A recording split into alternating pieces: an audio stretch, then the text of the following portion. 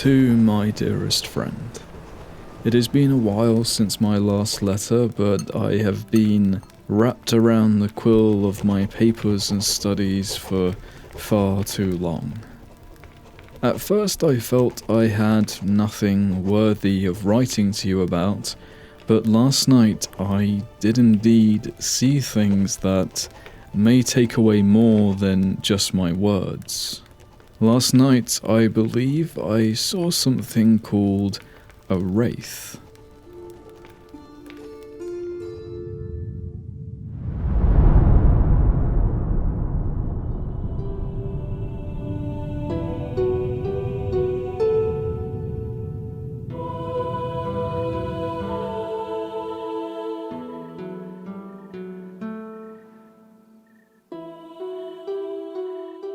I spent time recently in Toussaint visiting the local scholars who helped me understand more about the creatures of this world.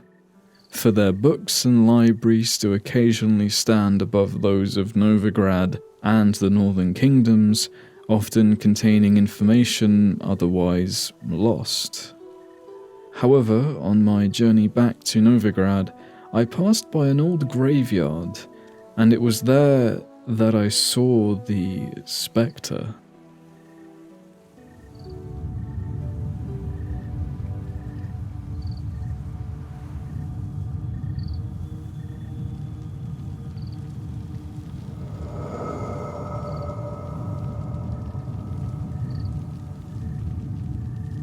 I was never one to ponder death, to think of it in any other way than something that is simply inevitable.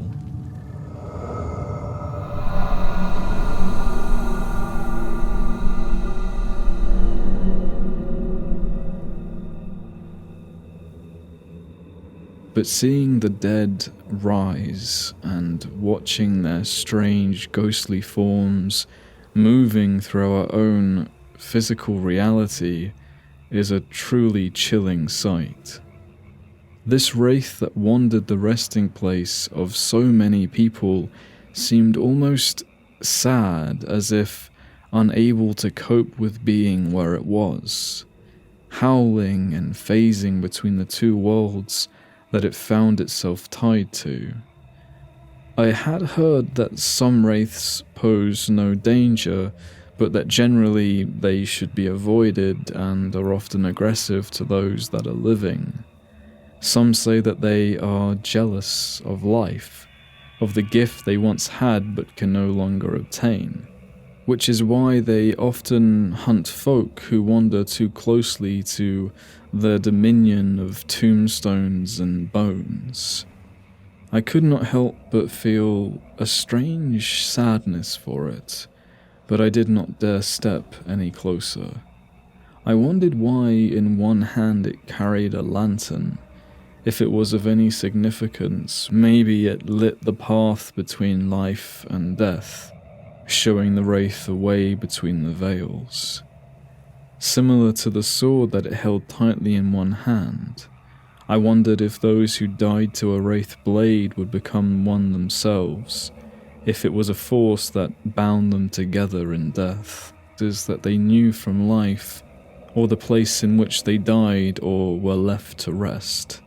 Scholars have argued for many generations over life and death, but as to why a spirit stays between the two, that is an entirely different question. Many believe that you become a wraith simply because you have something unfinished, something you were meant to do before departing one world. Others also say that those who were killers in life become killers in death, doomed to roam the land for all eternity as they can never outlive their sins. They are said to have felt wronged by the world, wanting to pass their suffering onto those of the living.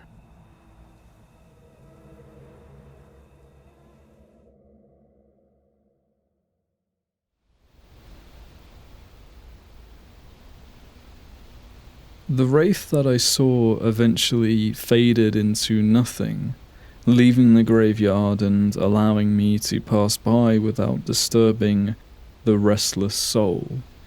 This is where I thought my story would end, but on my return, I stopped by an inn to rest for the night. It was there that I shared a table with two men.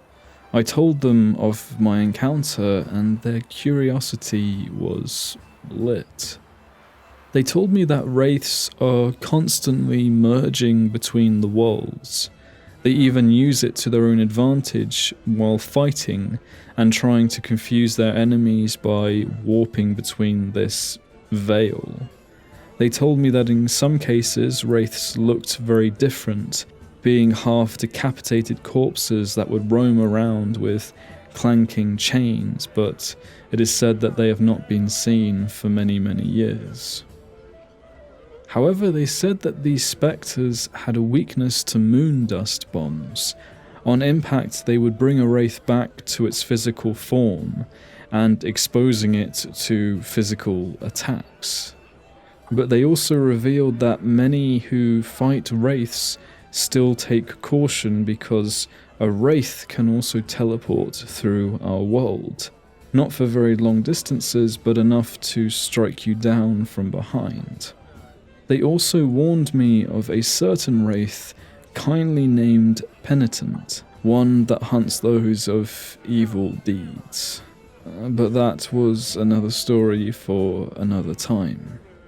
I asked them how they knew so much of wraiths, and they revealed to me that they had once been in Flotsam, and that they had hired a witcher who had helped them clear the grounds of a hospital filled by the dead. They did not seem proud of their words, but they said that they had devoted the remainder of their lives to understanding the dead, or so they say. Although a part of me feels as if there might be something darker afoot with Gridley and Rupert.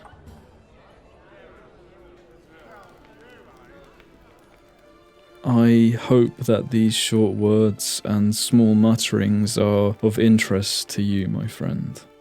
I feel there is much, much more that we can learn from this world. I will continue to study specters. I am currently in the process of hiring a witcher that will help me search for the more dangerous of the dead. You may also be pleased to know that the fiend I did encounter has since been taken care of by a more experienced fighter. I hope you find a place for this creature and that it does mark one of your pages with its ghostly form. I thank you for taking your time to read this letter. I hope it finds you soon, and as always, I wish you well, my friend. Safe travels.